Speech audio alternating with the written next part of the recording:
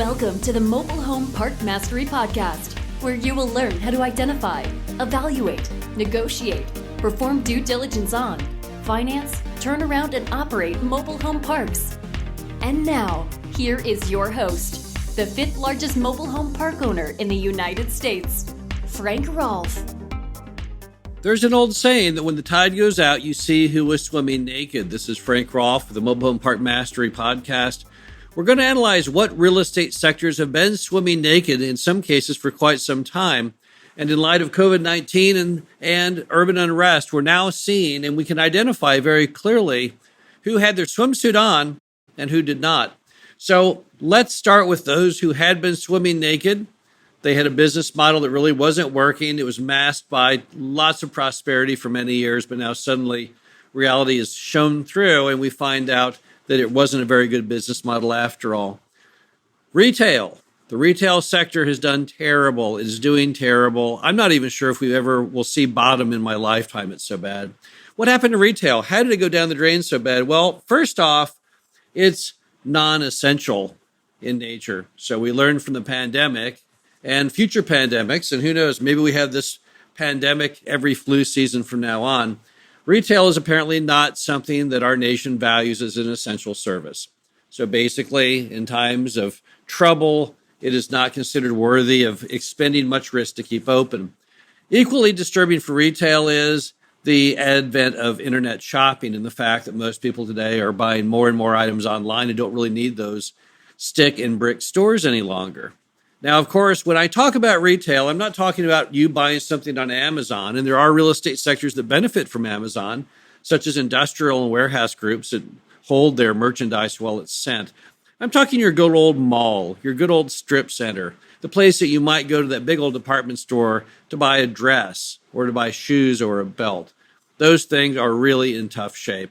I've talked to some retail owners right now that are not getting even 20% collections on what had been formerly 100% collected and full strip or shopping center. Really, this is maybe the end of the road for much of that. They had said that 20% of all malls would close over the next 20 years. I think it's going to come a lot sooner than anyone expected.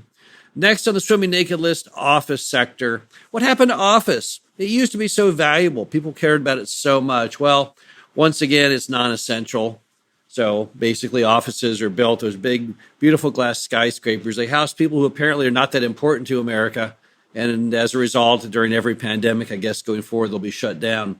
More importantly, though, we learned from this pandemic that maybe we don't need offices that much anymore. A lot of people learned to work from home using that self-quarantine time. Others learned that they can meet with people based on Zoom. I think now that people have a taste for working from home, they're not going to want to go back to the office.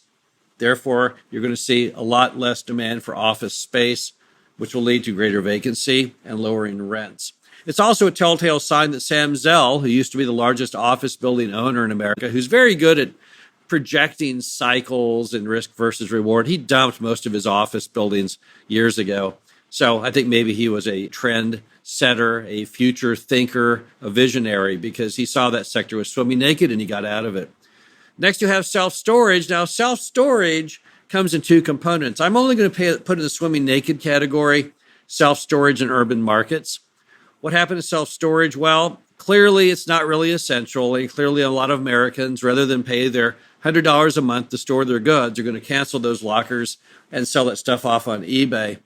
And the fact that a lot of self-storage has been massively overbuilt the last few years, I think there's something like 2 billion more square feet that came online right in time for COVID-19, probably wasn't the smartest business plan of all time. So you also have, however, the more rural self-storage, which we'll come to in a minute. That is not going to be lumped into my naked category. It still has its swim trunks on, but unfortunately, good old self-storage in urban markets, the very markets that we saw articles only a few months ago of how great and hot they were. No, they're not. Then, next up to bat, we have the entire lodging industry, clearly swimming naked. In fact, not a shred of clothing whatsoever on. What happened to lodging? It was looking so good at one time, right? A lot of hotels going up and all kinds of good things going on. Well, number one, we learned from COVID-19, it is a non-essential item on a grand scale. In fact, all of travel was particularly beat up on during COVID-19, was found just to be of no real necessity for America to keep open, and it got shut down. So that was the end of that. On top of that, a lot of people are finding that they can do a lot of things they used to have to travel to do in conventions and meetings. Well, again, they can do that by Zoom. So they don't really need it anymore. It's just something that they can basically just do from home and not have the trouble and the cost of going on and doing the travel. And on top of that, there's been a whole lot of overbuilding and lodging. We've all seen it. We know all the new hotels that have gone up, all trying to race to be bigger and more expensive to capture your non-essential dollar. And now people have no longer non-essential dollars. So lodging, the swim trunks fell off long ago. Then you have industrial. Again, there's parts of industrial that are doing fine. Some are doing better despite the sea going out. I'm talking more about that non-essential industrial, the industries that were tagged as non-essential, which are now either completely shut down or doing a fraction of their former capacity. Those are not doing well at all. And then finally, high-end apartments. You know, I got sick to death of hearing all the time about this great new development for a new high-end apartment or a new micro apartment here and there, and always in big urban markets like Chicago or Boston and Manhattan, and then you can guess where this is all going. Not only are these the hardest hit areas from COVID-19, but also additionally, they house mostly non-essential workers. So when you add those two together, it's not pretty. Also, people found out from self-quarantine that apartments weren't that much fun. They couldn't be outside in an apartment. So they ended up being trapped inside, sitting in those four walls, deciding, I don't really like this place much anymore. So I think you're going to see huge problems with them. I know they're right now doing terrible on collections. Talked to some apartment owners who are only collecting sometimes as little as 50% of the rents, whereby they were collecting 100% before COVID-19. But I'm not even certain it's going to rebound. I'm not sure people are going to want to stay around in those cities where they know coming up soon we might have another resurgence of the pandemic. There's urban unrest. I'm just not sure that product is going to make it. I think that there's sometimes people develop a business model for the moment. It might seem kind of attractive, but it doesn't necessarily age well. Now, on the not naked front, here are the folks who had their swimsuits on the entire time. Basically, anything in the affordable housing sector. Apartments, of course, those who house apartment people, predominantly on Section 8. Most of those people are already on a government subsidy. The rent comes in no matter what. So pandemic or not, it's all okay. Plus, as Americans have been losing their jobs and losing their businesses, they need more affordable housing. So I think apartments that cater to affordable housing have been doing fairly well, keeping the occupancy high, collections high. Another group, of course, us here at Mobile Home Park Mastery Podcast, our favorite sector, mobile home parks. Why are they doing so incredibly well? Well, number one, most of our customers are in essential services and or they are also retired, so they're not as at risk in the employments that were shut down with the non-essential services during COVID-19. Also, just to look at the location of mobile home parks, they're traditionally in non-urban markets. You don't find any mobile home parks in the middle of Boston or New York because when the land gets valuable, mobile home parks always get torn down and redeveloped. We're just on one story. We're not multi-story. Also, we're in a lot of flyover states. Number one spot for mobile home park in America, the state with the most is Texas. Number 4 is Kentucky. These are not mainstream states that most people talk or write a whole lot about. So basically, mobile home parks are just in the right position geographically to handle the COVID-19 pandemic and urban unrest and whatever else that may be thrown its way. Also, mobile home parks have an advantage over all real estate in that we have very little competition. You've not been able to build these things for about a half a century.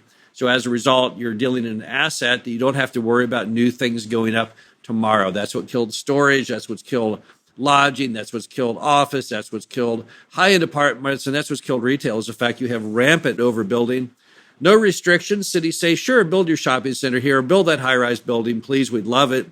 And as a result, the developers just go crazy. They just can't stop themselves. They always have to build that next building, which they know they'll get it filled because it'll be a story taller than the one next door. It'll have a more sumptuous lobby. And you get this terrible, continuing cycle of overdevelopment and then crashing. But this time, I think, in those sectors, as we described, that deal with the non-essential, that crashing is going to be worse than we've ever seen before.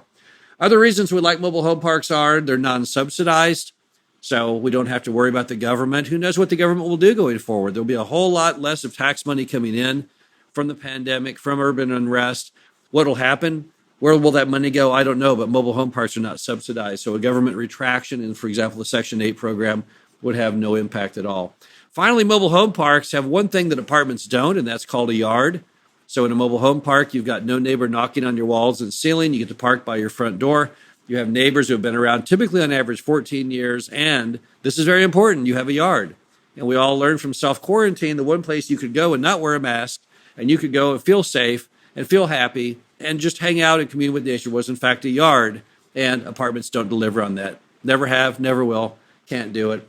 I think it's also worthy to note self-storage in urban markets, I think, has been doing okay. I live in a small town in Missouri. I'm not seeing any new increase in vacancy in self-storage. People like self-storage. They need self-storage, but they don't need a whole lot of overbuilt self-storage. But I think storage may be okay in those less urban markets. Also, RV parks, let's talk about that for a moment because it's partially naked and it's partially clothed. So I guess it's having the swim trunks on, but just on one leg perhaps. What you have is with RVs, with social distancing, there's many RV activities you can't do. So a lot of people right now are saying, I'm not going to go use that RV park because I can't use the things I like to do, which are maybe swim in the pool, hang around the campfire, the things that don't meet our social distancing guidelines. But yet others are saying, I'm going to go get in my RV and go out because I want to self-quarantine and commune with nature. So I see it going both ways. Also on locations, you have some destinations that have remained open this entire time during COVID-19, and then you have others which are fully shut. In fact, I think coming out of this pandemic, people will realize which the true best RV destinations are and which are not from an investment category. Obviously, you want to be around things that remain open and not things that are closed at the whim of the U.S. government. So in the end, what does it all mean? It means you want to be wearing your swim trunks. The ocean does go out periodically. I know we've spent a long time. The last great recession we had was 2007. So we all got spoiled thinking, no, there won't be another recession anytime soon. So maybe I don't need to buy those swim trunks after all, or maybe I've outgrown them and I just won't buy any more. But in the end, you do, because it is a cycle in America. You always have a boom and bust cycle. You cannot have a good time without a bad time. And when the bad times come in, you don't want to be left swimming naked. This is Frank Rolfe, the Mobile Home Park Mastery podcast series. Hope you enjoyed this. I'll talk to you again soon. Thank you for listening to the Mobile Home Park Mastery podcast. Be sure to visit us at mhpmastery.com to subscribe to the show, read our show transcriptions, and access all of our great information on mobile home park investing.